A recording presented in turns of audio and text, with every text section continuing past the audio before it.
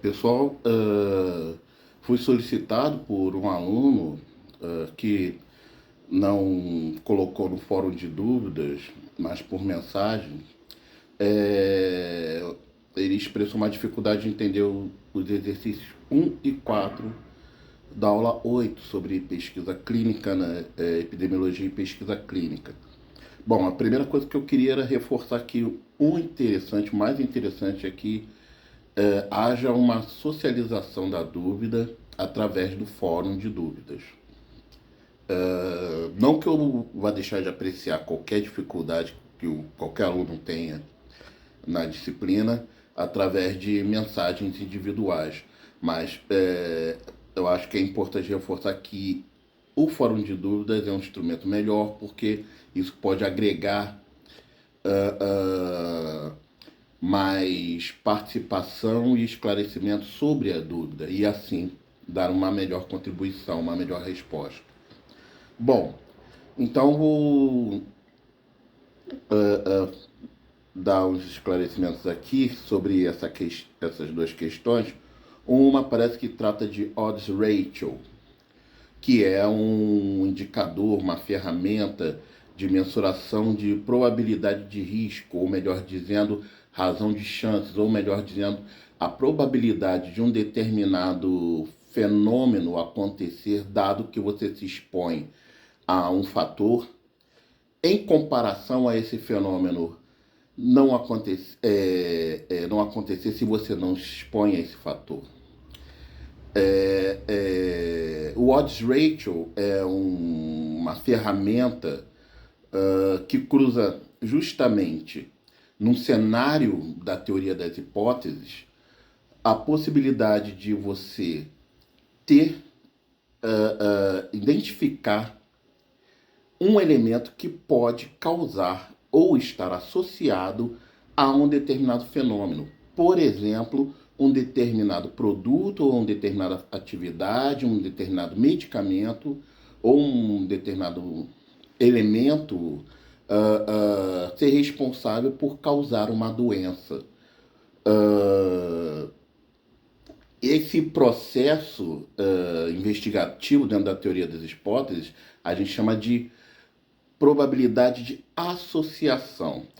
E vejam bem, dentro da teoria das hipóteses, vocês já devem ter visto em estatística, em bioestatística, você tem 4 cenários possíveis. Ou seja, você pode entender que ao estudar um determinado fenômeno e a relação de um determinado fator sobre esse fenômeno, você pode ter uma hipótese certa que é confirmada de forma e você corretamente a identifica. A hipótese que você estabelece pode ser certa, mas você não identifica corretamente, não consegue. A hipótese pode estar errada e você identifica que ela realmente está errada, você consegue alcançar essa conclusão, ou a hipótese está errada, mas você a identifica como certa. Então existe a possibilidade de você ter uma análise de uma situação onde a sua leitura é certa e o fenômeno foi lido corretamente. Pode existir um cenário onde a sua leitura aponta um determinado resultado, mas essa leitura é errada.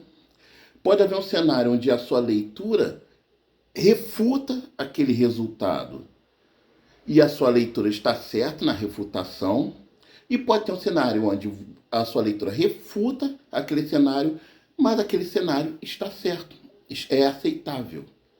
Então, você teria mais ou menos uma grade onde você tem situações A, B, C e D. Ou seja,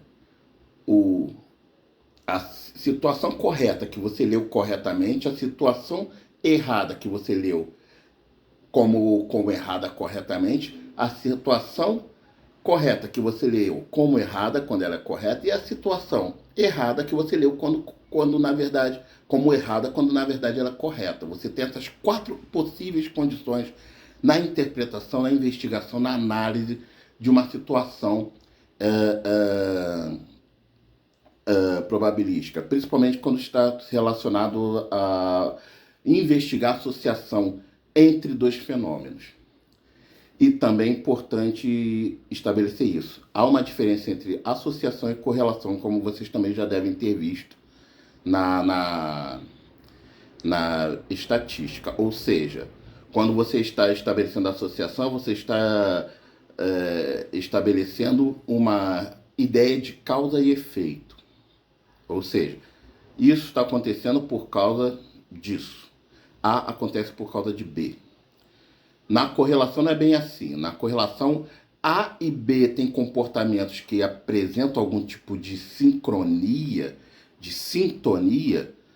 Eles reagem de maneiras correlacionadas, mas não porque um afeta sobre o outro, e sim porque eles atuam reagindo da mesma forma, digamos assim, a um terceiro fator que você ainda não mediu.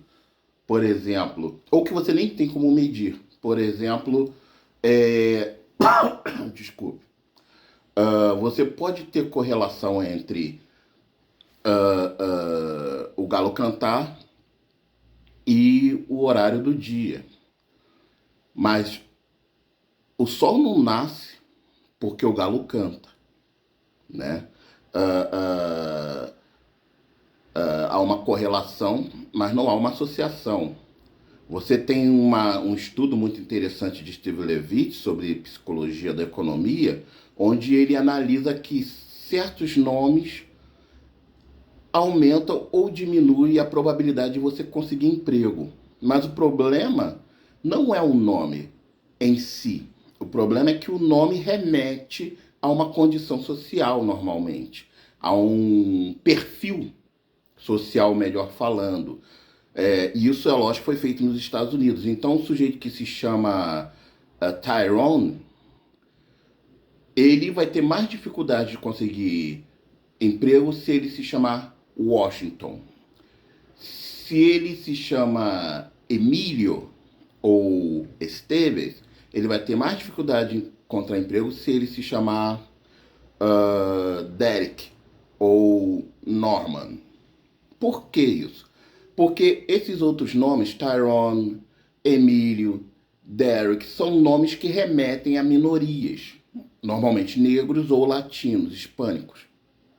Enquanto que os outros nomes são nomes, digamos assim, mais assimilados no cenário norte-americano. O mesmo serve para as mulheres. Uma mulher que se chama Mary, ou Emily, ou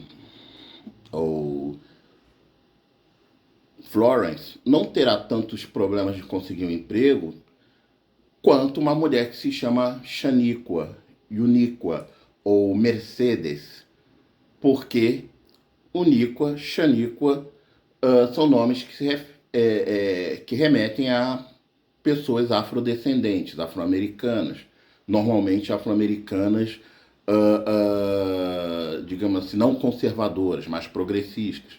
Enquanto que, e a mesma coisa Mercedes, é um nome que faz referência à população hispânica, latina. Então, de novo, são nomes que o problema não é o nome em si, porque você pode encontrar pessoas que chamam Unico, Xanico e Mercedes, que são extremamente competentes, podem estar até muito bem empregadas.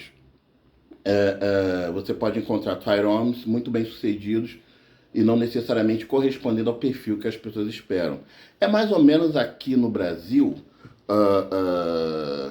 quando a gente... e isso qualquer profissional já deve ter encarado no trabalho, especialmente na atenção básica, mas diretamente no atendimento ambulatorial. Você está lá no atendimento pediátrico e você chama o paciente para fazer a avaliação, pré-consulta ou consulta mesmo, e aí você chama o Washington. Washington, U-O-S-T-O-N. E aí você já imagina mais ou menos qual é o perfil, qual é o profile dessa criança quando você lê aquele nome. Isso não é necessariamente preconceito, não é discriminação, é algo que você acaba assimilando na prática, no dia a dia. Mas também não é uma regra, não é uma justificativa para você estabelecer uma pré-condição para essa criança. Mas você não vai se espantar quando você avaliar a condição socioeconômica, até mesmo clínica dessa criança, e isso não se dá à toa, porque existe uma correlação entre o nome e não o que a criança é, mas os que os seus pais são. Por melhores que sejam os pais dessa criança, eles mal sabem escrever Washington. Então eles escrevem Washington. E isso indica que são pais com carência social, carência cultural. Consequentemente, pessoas que sim terão maior dificuldade de prover para o seu filho, por mais bem intencionados e comprometidos que sejam, eles não terão toda a desenvoltura que poderiam ter se tivessem maior grau de instrução, melhor condição social e etc. Assim como não necessariamente alguém chamado Joaquim Barbosa vai virar ministro do Supremo, assim como não necessariamente uma criança chamada Britney vai ser loura com sotaque do Nordeste americano. Não, isso não vai acontecer. Nomes não determinam o que você é ou o que você vai ser. Mas o nome é um forte indicador daquilo que os seus pais são, daquilo que eles desejam para você, daquilo que eles, de certa forma, podem prover. Então, isso começa pelo nome. Então, isso, de alguma forma, cria essa percepção e isso é uma correlação. Agora, existem fatores de associação que são muito mais consistentes do que a correlação. Por quê? Porque, na verdade, a correlação ainda é muito subjetiva. Você tem uma família riquíssima, como a do Luciano Huck, onde os seus filhos se chamam Joaquim, Abraão, ou seja, nomes bíblicos, como muitas pessoas de comunidades que não são comunidades privilegiadas, mas têm uma cultura protestante, neocristã, uma cultura bíblica significativa, elas também adotam esses nomes. Então, não existe uma garantia de que o nome vai estabelecer uma condição social. Mas a renda do Luciano Huck certamente estabelece uma série de condições favoráveis, e algumas até desfavoráveis, para o padrão de vida da sua família. Da mesma forma que a renda da pessoa que vive em comunidades conhecidas como aglomerados subnormais ou favelas, como são normalmente de forma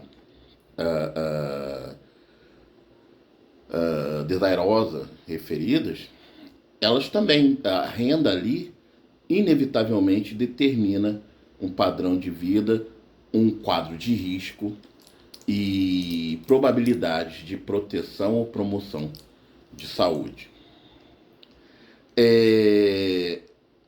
No que diz respeito à epidemiologia clínica, você desenvolve algumas ferramentas como o risco atribuível, o risco relativo, o odds ratio, que é o cálculo da razão de chances. Não é a melhor tradução que você pode encontrar, mas é o que é mais utilizado na literatura, né? Razão de chances, ou melhor dizendo, raio ou alcance de chances, né? Mas o mais comum é razão de chances. E esse odds ratio nada mais faz do que calcular expostos com doença divididos pelos não expostos com doença, ou seja, você calcula qual é a relação das pessoas que foram expostas a um determinado fator e adoeceram sobre aquelas que não são expostas a um fator e adoeceram. E aí você compara com um outro grupo, que são aqueles que são expostas ao fator e não adoeceram, e aquelas que não são expostas ao fator e não adoeceram. Ou seja, você cobre todas aquelas 4 situações da teoria de hipóteses. E você compara, então, na verdade, o risco que ocorre para aquelas que se expõem ao fator e compara o risco para aquelas que não se expõem ao fator. Porque, veja bem, uma coisa é eu verificar quem fuma desenvolve câncer de pulmão. Eu posso pesquisar o número de pessoas que fumaram e dessas que fumaram, quantas desenvolveram câncer de pulmão. Então, por exemplo, de 1.000 pessoas que fumam, eu verifiquei que dessas 1.000 pessoas, 100 desenvolveram câncer de pulmão. Ok? Agora, eu posso verificar também 1.000 pessoas que nunca fumaram e dessas 1.000 pessoas, 10 desenvolveram câncer de pulmão. E aí é uma coisa importante. O fato de existir ou não existir fatores não necessariamente elimina ou compromete totalmente a ocorrência de uma doença. O que eu quero dizer? Eu não posso dizer que um fator de risco determina completamente o surgimento de uma doença e nem a exclusão dela. Ou seja, eu nunca vou dizer, se você fumar, você vai ter câncer de pulmão. Eu não posso dizer isso. Porque tem gente que não fuma e tem câncer de pulmão. Seja porque existem milhares de outros fatores que eu ainda nem conheço, seja porque existem alguns fatores que eu conheço, fatores genéticos. Essa pessoa pode ser exposta a uma série de outros elementos cancerígenos, poluentes, tóxicos, que causam câncer também. Então, o tabagismo é um elemento que eu consigo muito bem verificar que tem associação. As pessoas que fumam têm uma incidência de câncer maior do que entre as pessoas que não fumam. Só que eu tenho que também ponderar isso com um outro cenário. Entre as pessoas que não fumam, existem pessoas que desenvolvem câncer. Então tem que ponderar essas duas situações. Pessoas que se expõem aos fatores de risco e desenvolvem a doença, pessoas que se expõem a fatores de risco e não desenvolvem a doença, pessoas que não se expõem ao fator de risco e desenvolvem a doença, e pessoas que não se expõem ao fator de risco e não desenvolvem a doença. Então eu posso verificar que, se eu tenho aqui um quadro chamado quadro 2x2, ou quadro ABCD, na verdade para vocês, ABCD. Vou inverter daqui a pouco isso aqui, mas vocês entenderam, né? Aqui eu vou contabilizar todas as pessoas que se expõem ao fator de risco, nos 2 bloquinhos de cima. E nos 2 bloquinhos de baixo, todas as pessoas que não se expõem ao fator de risco. E nesses 2 bloquinhos, eu tenho 2 colunas, eu vou verificar quantos que adoecem e quantos que não adoecem. E aí eu verifico que, se eu tenho 1.000 pessoas que fumam e 1.000 pessoas que não fumam, eu posso encontrar a seguinte situação. Das 1.000 pessoas que fumam, 900 pessoas, 100 pessoas desenvolveram câncer de pulmão e 900 não desenvolveram câncer de pulmão. Das 1.000 pessoas que não fumam, 10 pessoas desenvolveram câncer de pulmão e 990 não desenvolveram câncer de pulmão. Em relação aos que fumam, eu poderia dizer, olha, se você fuma, você tem um risco de 10% de desenvolver câncer de pulmão. Entre as que não fumam, eu poderia dizer, olha, se você não fuma, você tem apenas 1% de risco de desenvolver câncer de pulmão.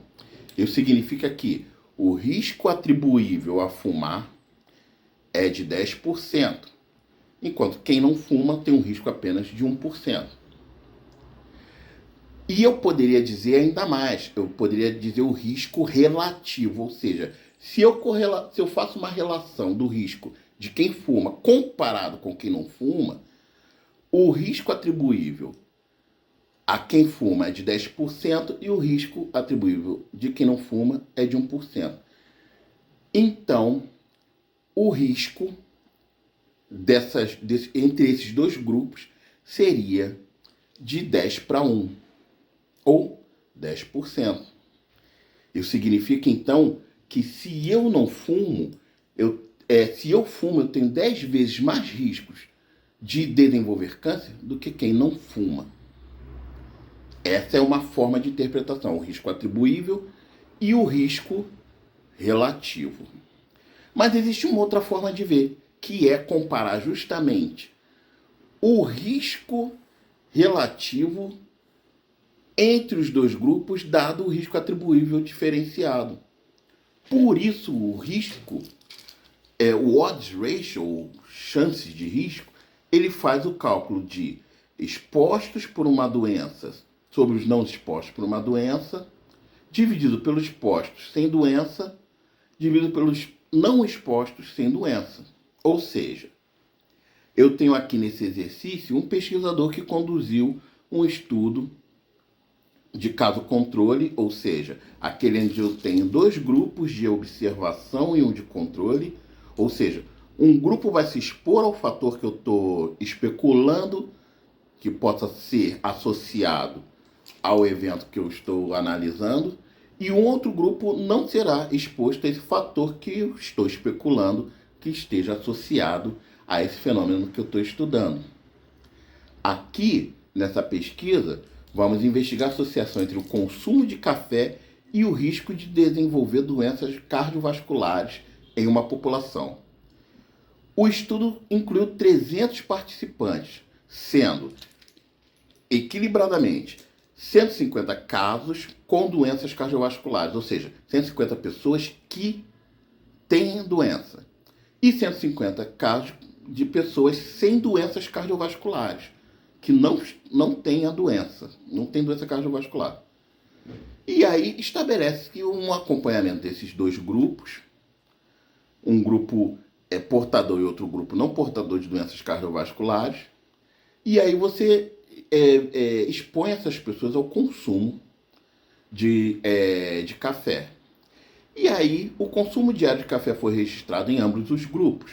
Os resultados mostram que 60% dos casos relataram consumir café diariamente, enquanto apenas 30% dos controles relataram o mesmo hábito. Então, aquelas pessoas que tinham doenças cardiovasculares tinham um consumo de 60%, entre elas, dessas 150 pessoas, 60% consumiram diariamente café, ou seja, se expuseram a esse fator.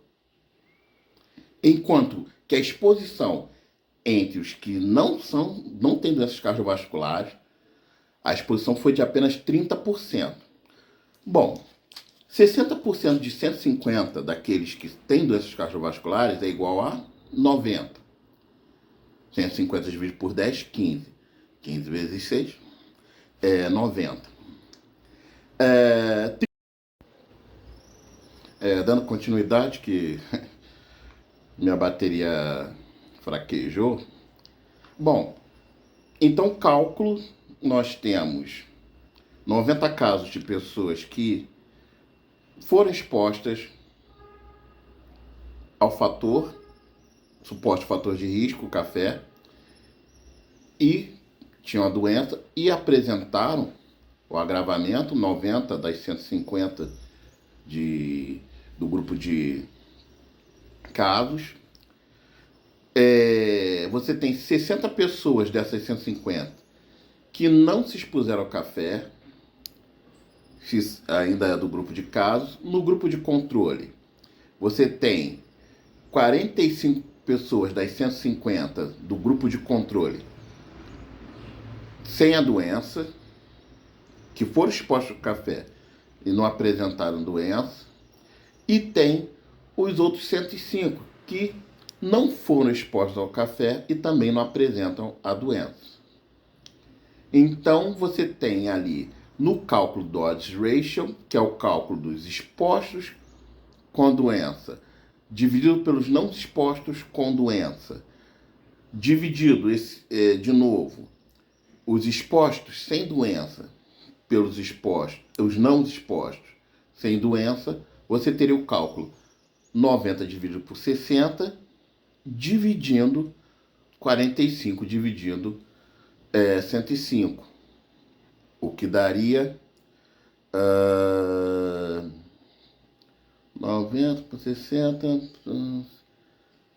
1,5 dividido por 0,05 daria 1,5. Esse seria o resultado, o cálculo. A resposta da questão A seria 1,5. Agora, a questão é, mas o que isso quer dizer? Vejam bem, isso é um cálculo cru de odds ratio.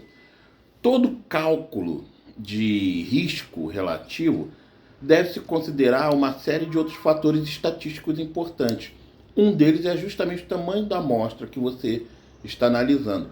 Por isso, junto com esse cálculo, muitas vezes você vai encontrar estatísticos estabelecendo um cálculo de Q quadrado, que é um indicador estatístico que pondera o quanto que aquela amostra, dada uma determinada probabilidade de resultados,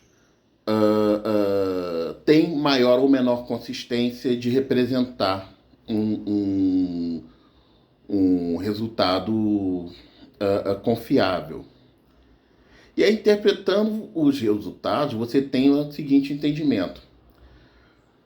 Se o cálculo do odds ratio foi equivalente a 1,5, significa que o risco de chances entre os que tomam café e os que não tomam café é 50% maior. Esse 1,5 significa 1,5, ou seja, se o resultado fosse 1, significaria que não existiria nenhuma diferença entre quem toma e quem não toma café. Se o risco é maior do que 1, isso vai aumentando a razão de probabilidade de risco. E isso pode ser interpretado, inclusive, de forma percentual. 1,1 seria 10%, 1,01, 1%, e assim vai.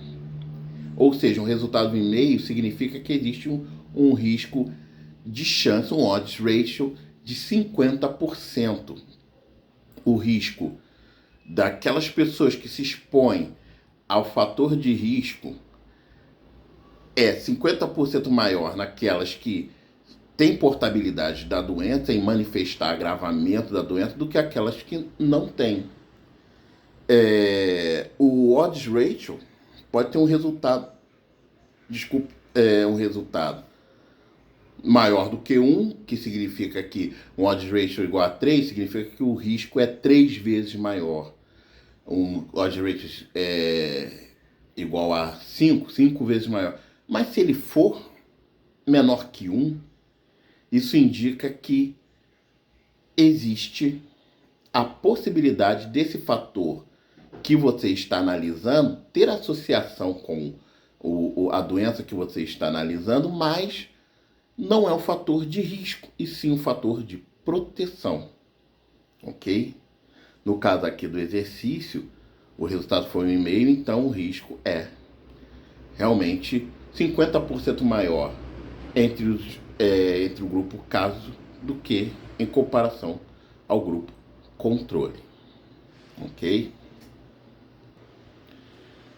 Outra coisa a se considerar é que, ao mesmo tempo, o odds ratio também mede a intensidade da exposição e o quanto que essa diferença na intensidade da exposição também estabelece um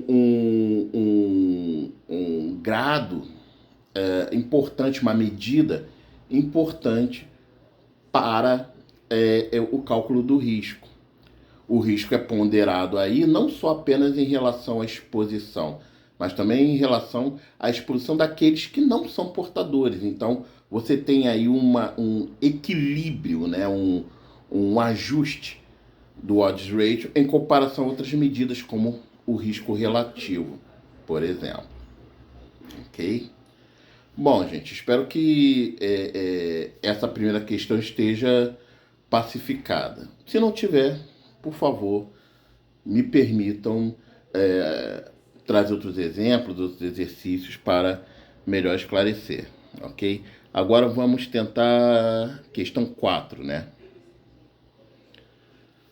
Bom, gente, a questão 4 fala sobre sensibilidade e especificidade dos testes de diagnóstico. Vejam bem, quando a gente fala nesses dois termos, eles são bastante caros, bastante importantes de serem bem interpretados. Todo teste, principalmente testes clínicos, laboratoriais ou de análise sanitária de um modo geral, são testes onde você precisa saber o quão confiáveis eles são, o quanto que eles acertam, o quanto que eles evitam um erro. E isso se dá por duas medidas principais, são várias na verdade, mas essas duas são essenciais para você ter confiança nesse teste, para dizer se o teste não vai me dar um resultado enganoso. É a sensibilidade e a especificidade. Sensibilidade é a capacidade que um teste tem de identificar um resultado verdadeiramente positivo e descartar aqueles que não são. É a capacidade que ele tem de acertar e evitar o erro, apontando como, deixando de identificar um caso positivo, dizendo que não é quando ele é. Sensibilidade, ele é sensível, ou seja, ele vai enxergar muito bem um resultado positivo. Idealmente, todo teste tem que ser 100% sensível, mas nenhum é. Até porque existem milhares de fatores, desde o método de coleta, armazenamento, manipulação, análise e milhares de outras coisas que podem dar errado. Mas existem testes que são de uma sensibilidade e de uma especificidade altíssima e tem outros que são mais fracos. Então por que utilizar esses métodos que são mais fracos? Porque eles muitas vezes ou são mais baratos ou são tecnologicamente mais fáceis de implementar, de reproduzir. Depende também da gravidade do fenômeno que você está estudando, analisando. O teste, por exemplo, para sífilis, você pode repetir se der errado. O teste o TIG é um teste que tem 99,9% de acerto. Ele é altamente sensível e relativamente bem específico, mas 99,9% é pouco, gente. Isso significa que de cada 1000 testes ele pode errar uma vez. Ou ele pode dar positivo quando não deveria, ou seja, errar na especificidade, ou ele pode dar negativo quando você está grávida, ou seja, errar na sensibilidade. Ele não foi sensível de identificar a gravidez quando ela já estava presente. Ou ele pode não ser específico, ele não foi. Ele identificou a gravidez que não existe, ele confundiu com outra coisa. E testes fazem isso. Até porque todo teste precisa de uma condição para que ele seja bem feito. O TIG, por exemplo, não deve ser feito assim. Eu fui no baile domingo, segunda-feira estou no posto de saúde, batendo no portão da saúde 5 horas da manhã, querendo fazer TIG. Não é assim. Você precisa pelo menos de 2 semanas a 15 dias de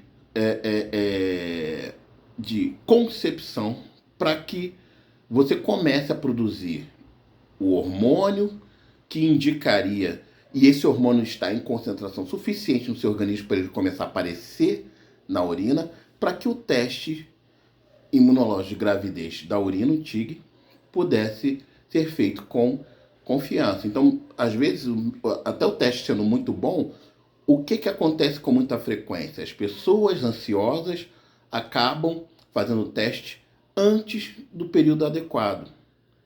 As pessoas ansiosas muitas vezes ficam batendo na porta das UPAs, eu quero fazer teste para Covid. Às vezes não é a melhor janela, tem que esperar. Pode-se fazer outros testes, como teste rápido, mas o teste rápido, ele é pouco específico. Ele é mais barato, ele vai dizer que você tem, mas não necessariamente ele vai estar acertando muito bem. Os testes rápidos tendem a ser mais sensíveis e menos específicos. Os testes mais robustos, que têm alta sensibilidade e alta especificidade, eles demandam uma condição melhor. Para dengue, você tem o PCR e você tem a sorologia. A sorologia, você tem que esperar um pouco, você pode esperar um pouco mais. O PCR tem uma janela diferente, parece que é de 5 até 6 dias depois do início dos sintomas, senão ele não pega mais. Então você tem esses aspectos que interferem tanto na eficiência da sensibilidade quanto da especificidade. Por isso existem testes que são considerados testes padrão ouro, ou seja, aqueles que têm uma altíssima especificidade, uma altíssima sensibilidade, e eles funcionam de parâmetro para os outros. Os outros vão ser considerados testes com alta ou baixa especificidade, alta ou baixa sensibilidade, em comparação a ele. O padrão ouro significa a referência, a melhor referência que você tem de um teste para um resultado de um exame. E aqui você tem um médico que investiga a acurácia de um novo teste para detectar uma doença infecciosa em pacientes. Para avaliar a precisão desse teste, ele realizou um estudo com uma amostra de 200 pacientes, dos quais 100 foram diagnosticados com a doença por meio de teste padrão ouro. Por exemplo, no caso de tuberculose, IGRA, ou então no caso de sífilis, PCR, e ele está querendo testar para sífilis, sem casos de pessoas com sífilis e sem casos de pessoas que não têm sífilis, ok? Digamos que seja sífilis. Padrão ouro, PCR, que é uma análise genética mais específica, que identifica não só que identifica geneticamente o treponema pálido. Não tem jeito, é bastante sensível. E você tem o VDRL. O VDRL é um instrumento muito sensível, tem uma importante especificidade, só que ele não alcança tanto a precisão do PCR. Tem vários outros exames. Para tuberculose, hoje em dia, você faz o PCR. Mas você pode fazer a baciloscopia. Às vezes você escolhe o teste não apenas porque ele é mais barato, porque ele é mais caro, porque ele é mais fácil, mais difícil de fazer, mas também porque ele lhe dá melhores respostas. O PCR, no caso da tuberculose, é interessante porque você não apenas identifica se a pessoa tem tuberculose, mas se essa tuberculose apresenta alguma característica de multiresistência, algum medicamento, algum fator genético dessa amostra, desse Mycobacterium tuberculose, seja mutante. Então, às vezes, a escolha de um teste se dá não apenas pela sensibilidade, pela especificidade, mas também porque ele lhe permite outras avaliações. A mesma coisa o dengue. Você pode fazer o PCR, mas você pode fazer sorologia. Além da sorologia, você pode fazer o painel. Arboviroses, é interessante você fazer não apenas no caso do dengue, não apenas identificar se a pessoa tem ou não tem dengue, mas identificar o sorotipo, porque aqui no Brasil, infelizmente, você tem a circulação de vários sorotipos de dengue. E isso é um dos fatores que promove o surgimento de dengue hemorrágico, de dengues mais graves, essa variação, mudança, essa troca, né, de sorotipos. Então, no caso aqui, você está desenvolvendo um teste, sendo que você já tem um teste padrão ouro, que tem altíssimo alcance. Ele é, digamos, 100% sensível, 100% específico.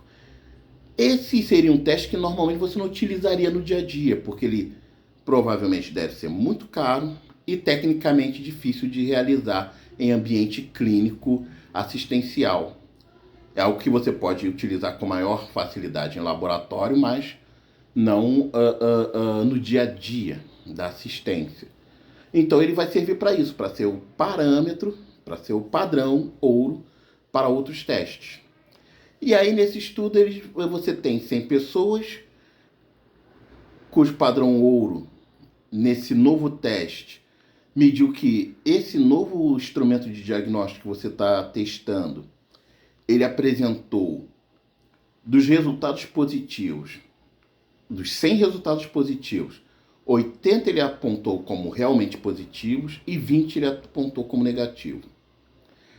Dos 100 resultados realmente negativos, segundo o padrão ouro, 10 ele apontou como positivo e 90 como negativo. Veja bem, o correto seria, de 100 casos positivos, ele deveria ter encontrado 100 casos positivos. Ele não encontrou. Dos 100, ele encontrou 80. E 20 ele disse que são negativos. Da mesma forma, das 100 amostras que não tem como dar positivo, tem que dar negativo, dessas 100 amostras, 10 ele disse que é positivo, quando deveria dar negativo. E só 90 que ele disse, não, isso daqui é negativo. Ou seja, a sensibilidade, que é a proporção de verdadeiros positivos em relação ao total dos pacientes com doença de acordo com o padrão ouro, isso indica que a sensibilidade desse teste que está sendo desenvolvido acertou em 80 dos 100 casos. Então, ele apontou como positivo 80 dos 100 casos. Então, ele só teve sensibilidade a 80 dos 100 casos. Então, sua sensibilidade é de 80%. Ok? Já a especificidade, que é a capacidade de não incluir o que não é, ou seja, apontar como negativo aquilo que é negativo, não confundir um negativo com positivo, nisso ele falhou em 10 casos. De 100 casos de amostras que são conhecidamente negativas, segundo o padrão ouro, ele apontou que 10 são como positivas, quando não deveria. Então, a especificidade, que é a proporção de verdadeiros negativos em relação ao total de pacientes sem a doença, ou seja, que as amostras são conhecidamente negativas, pelo padrão ouro, a especificidade deu 90 sobre 100, 0,9, 90%. Isso quer dizer que esse teste tende a errar ou dizendo que algo é, em 20% dos casos, dizendo que algo em 80% dos casos dizendo que algo é positivo e às vezes dizendo que é negativo quando é positivo. Em 20% dos casos ele vai dizer que é positivo quando não é. E em 10% dos casos ele vai dizer que é negativo quando é. Isso é um problema. O ideal é que a sensibilidade seja 100% e a especificidade 100%. Mas nenhum teste é 100%. O ELISA, um dos primeiros testes desenvolvidos para a identificação do HIV, ele tinha uma sensibilidade relativamente baixa. de 99,93%. O que pode se pensar, poxa, 99,93%, gente, isso é baixo. Você vai num banco de sangue, quantos ELISA você não faz por dia? Imagine num mês. Imagine num ano. Se você manipula 10.000 amostras de sangue por ano na pesquisa, pesquisando HIV através de um teste como ELISA, desses 10.000 testes, para uma sensibilidade de 99,93, significa que a cada 1.000 testes você pode ter dado como positivo 7 casos que não são positivos. Em 10.000 casos, 70. É gente pra caramba para você dizer que é portador de HIV quando não é. Isso já daria uma dor de cabeça terrível. Por isso, é norma em qualquer laboratório o reteste. Você pega aquela mesma amostra e realiza novamente, porque a probabilidade do teste errar novamente seria de 99,93 vezes 99,93. Aí vai para 99,99997, alguma coisa assim. Assim, é muito difícil dar positivo novamente. E mesmo assim, qual é o protocolo de qualquer diagnóstico de HIV? A pessoa faz o teste, se dá positivo, repete o teste, se der positivo novamente, você muda para um teste com maior acessibilidade e maior especificidade. Normalmente, PCR, Western blot,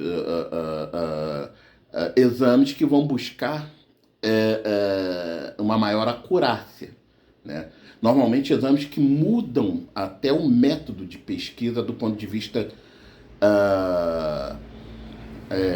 da biologia molecular.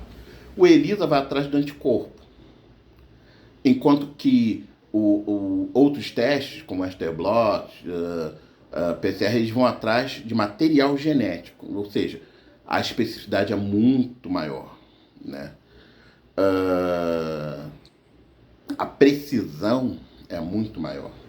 Então você tem, mas assim, você não vai fazer Western blot para todo mundo. Pelo menos no começo da história da AIDS, isso não era viável. Imunofluorescência, Western blot, PCR, isso não era viável de você fazer maciçamente esse teste. Qual era o teste que você podia massificar? O ELISA, era mais barato, era mais acessível. Então, esse que era o primeiro teste a se utilizar. Ele tinha menor sensibilidade, menor especificidade, mas ele era uma melhor porta de entrada para que você, caso encontrasse o caso positivo, retestasse com processos mais acurados. Ok? Bom, gente, novamente, se a coisa não ficou muito bem esclarecida, por favor, me busquem de novo.